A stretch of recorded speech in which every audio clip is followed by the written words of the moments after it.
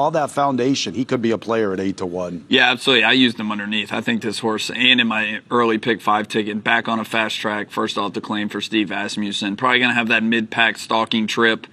And I liked what I saw from him on the track as well. Yeah, he looked very nice. How about the 9 Frosted Mug? Second-time starter for Ian Wilkes. I like second-time starters. Gets the big class drop. Tough to debut around 2 turns. Maybe a little easier on turf than in the main track.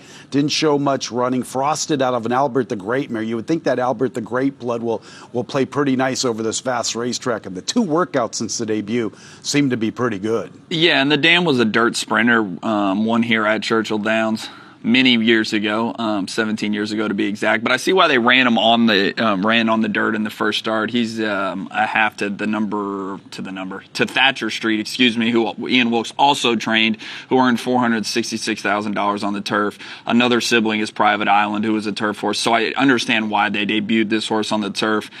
But with this pedigree, maybe switching to the dirt, that's what the mother liked to do. And you're getting a square price at 9-1. Yeah, there's another sibling named Taylor Street who was successful over a muddy racetrack here at Churchill back in June of 2014 and was able to win a first condition race at Ellis Park. You know, pretty interesting siblings. Some go short and dirt, others go short, synthetic and turf, and then you have also the ones you mentioned that like to go long on the turf. So they have their options open going forward with Frosted Mug. I do like the aggressive class drop. No reason to waste time and put this horse back, put him in where he belongs. You know, give him a chance to really strut his stuff and show something promising. Yeah, absolutely. I don't really know if this horse will get claimed in here, so this might be a little bit of a free roll to try the dirt and see where you want to go with him in the winter, whether it's Turfway Park or maybe down the Gulfstream where Ian Wilkes goes.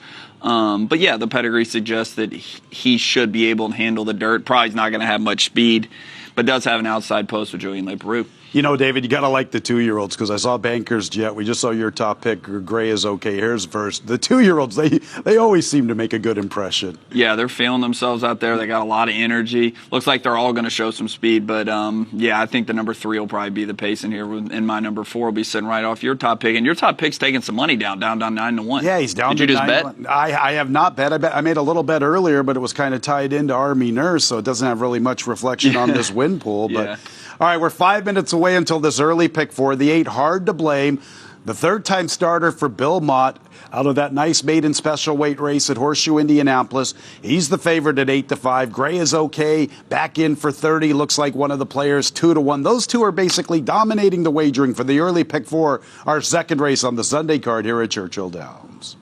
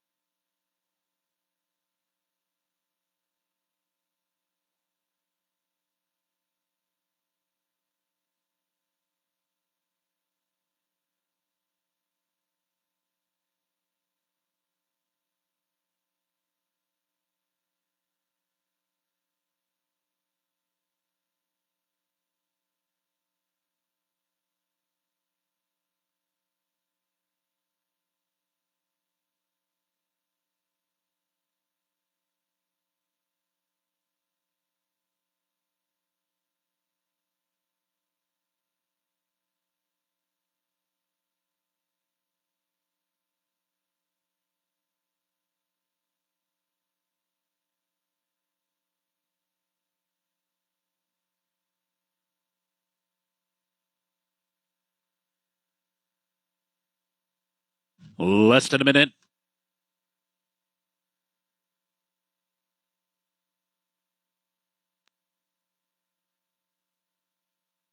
And the horses have reached the starting gate. It's post time.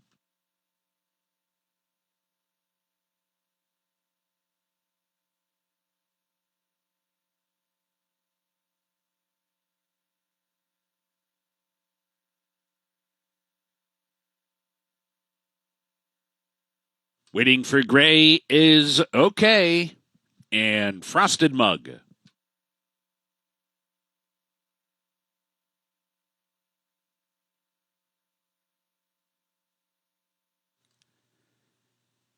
They're in the gate, and they're off.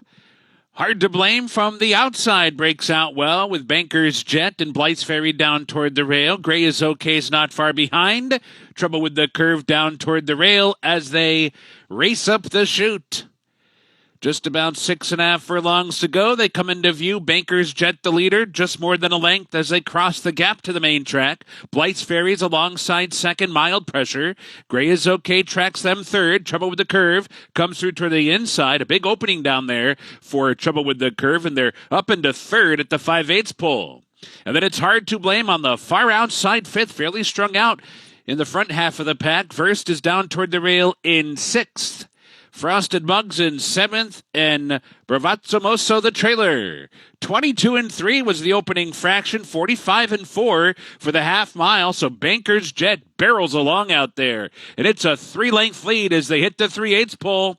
Banker's Jet isolated up top so far. Down inside, Trouble with the Curve, trying to sustain that move. Blythe's Ferry is pushed on for more speed, but is getting into it. And Hard to Blame comes up on the outside.